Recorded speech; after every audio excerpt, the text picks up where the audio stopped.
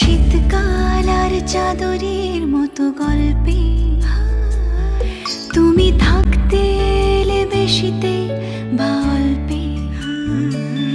একটা শীতকাল আর চাদরের মতো গল্পে তুমি থাকতে এলে বেশিতে বা অল্পে। প্রতিটি রাজবাড়ি কোনো না কোনো গল্প বহন করে। ইতিহাসের পাতায় সেই গল্পগুলো কখনো হয়ে ওঠে অনেক রঙিন, আবার কখনো পুরাতন জীর্ণতা প্রাপ্ত হয়। সেরকমই এক রাজবাড়ি সুরুল রাজবাড়ি। বীরভূম জেলায় অবস্থিত প্রায় ৩০০ বছরের পুরনো সুরুল সরকার বাড়ি, যা সুরুল রাজবাড়ি নামেই পরিচিত।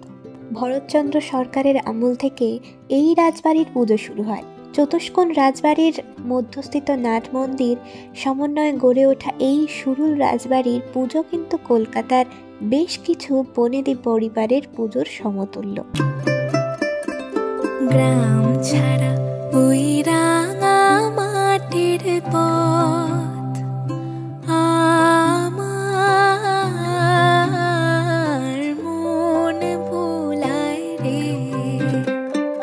গ্রাম ছাড়া ওই রাঙা মাটির পথ। এরপর এসে পৌঁছেছি আমার কুটিরে। আমার কুটির ভারতের পশ্চিমবঙ্গ রাজ্যের শান্তিনিকেতন থেকে 15 কিলোমিটার দূরত্বে কোপাই নদীর তীরে অবস্থিত এই শিল্পকলার অগ্রগতির জন্য এক সমবায় সমিতি কাজ করে চলেছে। এখানে রয়েছে বিভিন্ন রকম হাতে বানানো জামা কাপড়, তাছাড়াও হাতের তৈরি কানের দুল থেকে শুরু করে বিভিন্ন টাইপের মাটির মূর্তি, বিভিন্ন ধরনের ঘর সাজানোর জিনিস, সমস্ত কিছুই আছে। তবে সহচরি হাতে হাতে ধরি ধরি নাচিবি ঘিরি ঘিরি গাহিবি গান।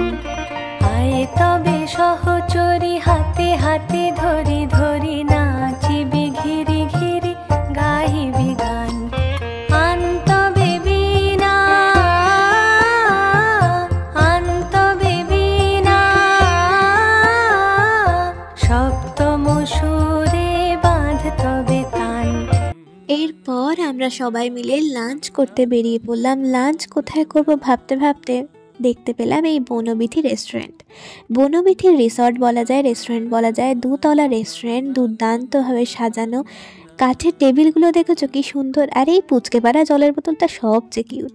তারপর আমাদের খাবার দাবার চলে এলো। এনাদের রেস্টুরেন্টের একটি নিয়ম আছে, একদম ঢোকার মুখে একদম এন্ট্রিতে দেখবে একজন বসে থাকবে, সেখানে তোমাদের কুপন কেটে ওখানেই পেমেন্ট করে কি কি নেবে মেনু ওখানে বলে দিয়ে আসতে হবে। তারপর তোমাদের সিট কোথায় পড়বে উনি বলে দেবেন যে 1 তলায় না 2 তলায়। তো সেখানে গিয়ে বসে পড়ার পর তোমার নাম ধরে ডাকবে এবং তারপর তোমার টেবিলে যথারীতি তোমার সমস্ত মেনু পরপর খুব সুন্দরভাবে ওনারা পরিবেশন করে দেবে।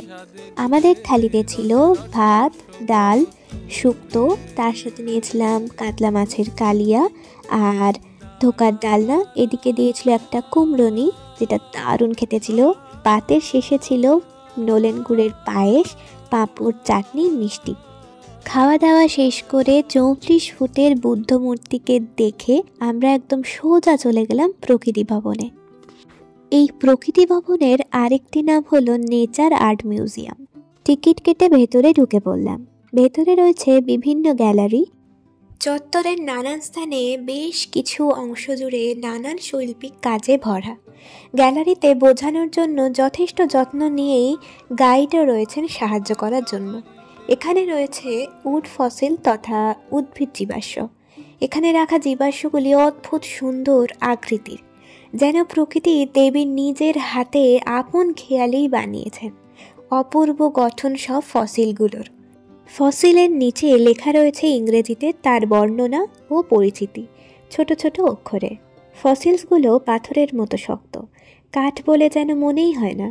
যুদ্ধরত অর্জুন, চা গাছের কাণ্ড থেকে নিচের শিকড়ের ভাস্কর্য, এমন অনেক কিছু আছে যা খুবই মনোমুগ্ধকর।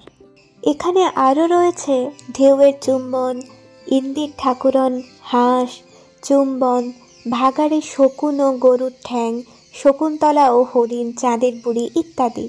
সমতট প্রকাশনের সমতট পত্রিকার কপি পাওয়া যায় এখানে। দাম মাত্র 50 টাকা। ফসিলের উপর লেখা ও আলোকচিত্রের বিষয়বস্তু নিয়ে লেখা সমতটের বিশেষ সংখ্যা, সুন্দর করা বাঁধাই বই। তো প্রকৃতি ভবন এরকমভাবেই আমরা সুন্দরভাবে ঘুরে আসার পর একদম সোজা চলে এলাম সোনাঝুরির হাটে, মানে শান্তিনিকেতনের প্রাণ বলা যায়। মানুষ শান্তিনিকেতনের অপর নামই জানে সোনাঝুরির হাট। প্রচণ্ড ভিড়, যেদিকে তাকাচ্ছি সেদিকেই শুধু মানুষের মাথা ছাড়া আর কিচ্ছু দেখা যাচ্ছিল না।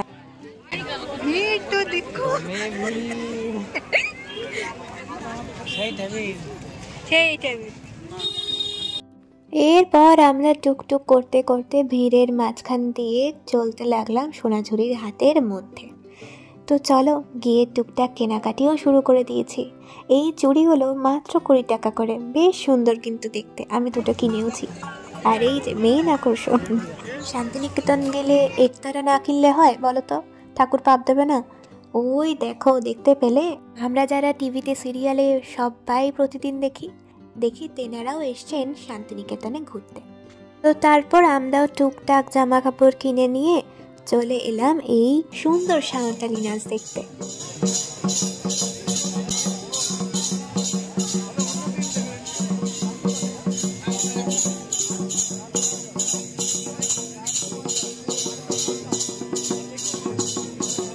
সোনাঝুরির হাটে স্পেশাল রাবড়ি খেয়ে মন একদম খুশ করে আমরা চলে এসেছি হোটেল। একদম পৌঁছাতে আমাদের প্রায় 8টা সাড়ে 8টা বেজে গেছিলো। তখন আমাদের ডিনার টাইমও হয়ে গেছিলো। তো আমরা সোজা চলে এসেছি খেতে। তো ভারত সেবাশ্রমের খাওয়া দাওয়াটা আজ তোমাদের দেখিয়ে দিই। প্রথমে পাতে পড়ে গেল সুন্দর সাদা গরম ধোঁয়া ওঠা ভাত, তার সাথে রয়েছে সুন্দর ভেজ ডাল, তার সাথে ঝুরঝুরে আলু ভাজার সাথে আলু আর সোয়াবিনের তরকারি, আর একদম শেষে ওই সবার পাতে দেখছো 1 গ্লাস করে দুধ। তারপর খানাদানা শেষ হয়ে যেতে আমরা সামনের মাঠটায় একটু হাঁটাহাঁটি করছিলাম, আর শেষবারের মতো শান্তিনিকেতন ঘোরার সমস্ত স্মৃতিচারণ করছিলাম আর হাসাহাসি মজা করছিলাম। তো আবারও একটা নতুন সকাল। আজকে আমরা বেরিয়ে পড়েছি বাড়ি যাওয়ার উদ্দেশ্যে, আর তার সাথে আজ আমরা প্রথমে এসেছি মা কঙ্কালীতলা মন্দিরে। বীরভূম জেলার বোলপুর থেকে 9 কিলোমিটার দূরে কোপাই নদীর তীরে এই শক্তিপীঠ কঙ্কালীতলা। পীঠ নির্ণয়তন্ত্র অনুসারে এখানে সতীর অস্থি পড়েছিল, সেই কারণে এই পীঠের নাম হয় কঙ্কালীতলা। আবার ভারতচন্দ্রের আনন্দমঙ্গল কাব্যগ্রন্থে লেখা রয়েছে এখানে সতীর কটিদেশ মানে কোমরের অংশটি পড়েছিল। তবে এই শক্তিপীঠ নিয়ে শাস্ত্র ও মানুষদের মধ্যে অনেক মতনৈক্যই রয়েছে। এই শক্তিপীঠের দেবী গর্ভদেবী নামে প্রসিদ্ধ ও ভৈরব রুরু নামে পূজিত হয়। দেবীর মন্দির সংলগ্ন একটি কুণ্ড রয়েছে, যা নাকি এটির সঙ্গে বহু মাহাত্ম্য লুকিয়ে রয়েছে। কুণ্ডের মধ্যে কয়েকটি প্রস্তরখণ্ড আছে, যেগুলিকে সাধকরা দেবীর দেহের অংশ হিসেবে চিহ্নিত করেছেন। এই প্রস্তরখণ্ডগুলি 20 বছর অন্তর কুণ্ড থেকে তোলা হয়। পরে পূজার পর সেগুলিকে পুনরায় কুণ্ডের জলে ডুবিয়ে দেওয়া হয়। এরপর আমাদের পুজো শেষ হওয়ার পর আমরা চলে গেলাম কঙ্কালী মায়ের মন্দিরের ঠিক পিছনের সাইডটায়। ওখানে সুন্দর সাঁওতাল নাচ হচ্ছিল, দেখে আর নিজেকে আটকাই কি করে, নেমে পড়লাম ময়দানে একটু তালে তাল মেলাতে।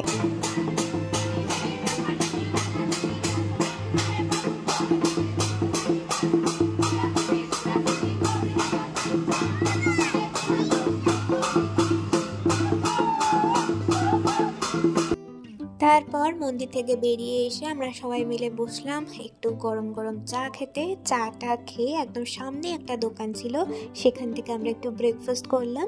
সবাই উপোস হয়ে পুজো দিয়েছে। দিয়ে লুচি আর ঘুগনি খেয়ে আমরা আবারও বেরিয়ে পড়লাম আমাদের নেক্সট ডেস্টিনেশনে। আমাদের যাওয়ার পথে পড়বে 108 মন্দির, এই যে বর্ধমানের। তো এখানে আমরা নেমে মন্দিরের ভেতর প্রবেশ করলাম এবং খুব সুন্দরভাবে শিব ঠাকুরের দর্শন করে আবারও বেরিয়ে পড়েছি। এবং দেখতেই পাচ্ছ কি পরিমাণ ভিড় হয়েছে, সব জায়গায় আজকে ভিড়, মানে একদম যাকে বলে ভিড়ের ঠাসা, একটা কোণও দেখতে পাবে না যে মানুষ নেই।